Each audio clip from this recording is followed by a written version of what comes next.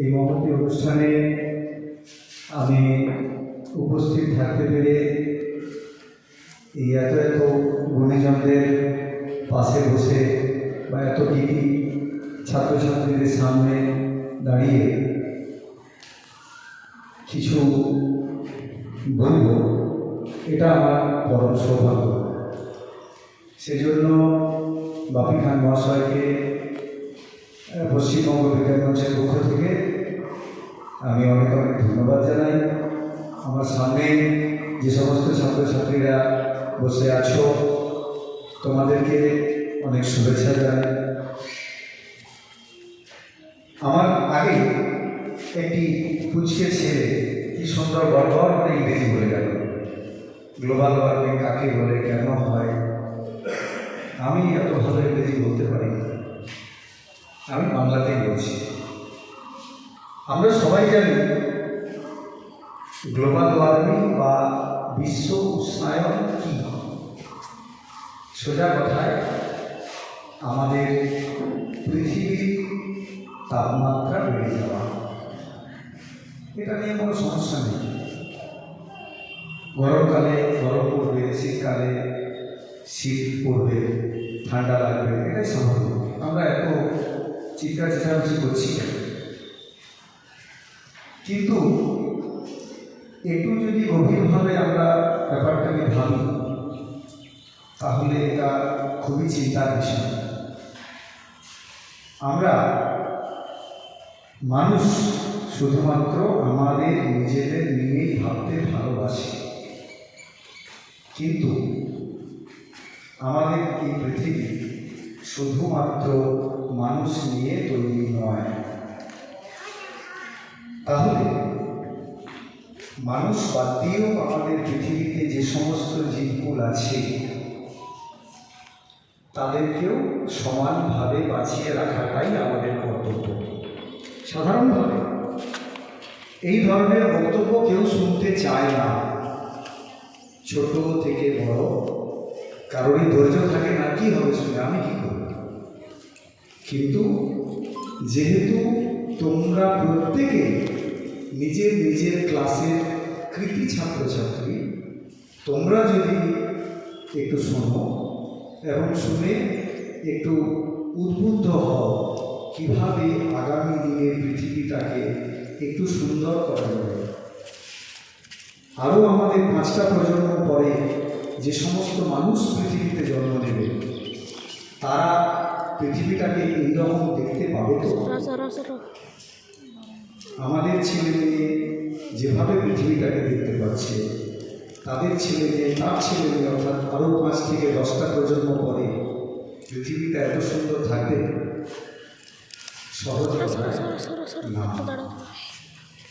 তার একটি কারণ হচ্ছে বিশ্ব উষ্ণায়ন।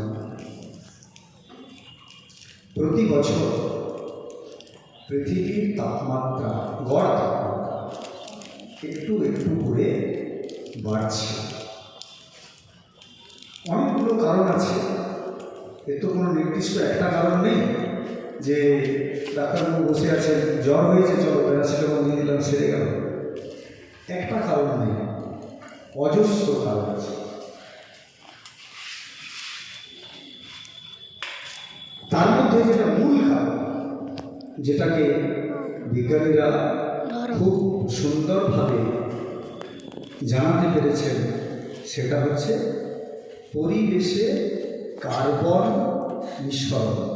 অর্থাৎ বিভিন্ন জায়গায় প্রকৃতিতে যে হারে কার্বন জমা হচ্ছে, যদি আমরা এইটুকুটাকে কমাতে পারি, কার্বন জমা, তাহলে পৃথিবীটা আবার আগের মতো হবে। অর্থাৎ খুব সুন্দর, বাসযোগ্য এবং আস্তে আস্তে মনোরম পরিবেশে পরিণত হবে। আমরা গাছ কতজন লাগিয়েছি জানি না, বাপিদারা লাগায়, কিন্তু আমরা গাছ কাটতে দেখছি অহরহ। প্রত্যেক দিন কোথাও না কোথাও গাছ কাটা হচ্ছে, প্রয়োজনে অপ্রয়োজনে। প্রয়োজনে গাছ কাটা হবে, এটা তো বলার কিছু নেই, কিন্তু অপ্রয়োজনীয়। প্রতি বছর মার্চ মাস এলেই একটা হিড়িক পড়ে যায় যে যত যত জঙ্গল রয়েছে এই জঙ্গলে আগুন লাগিয়ে দেয়।